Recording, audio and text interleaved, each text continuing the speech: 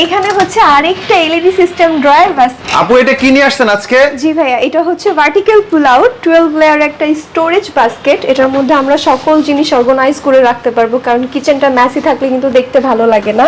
এর জন্য এই অ্যাকসেসরিজটা, এটা আরেকটা ভার্সন যেটা হচ্ছে মেটালিক কালারে।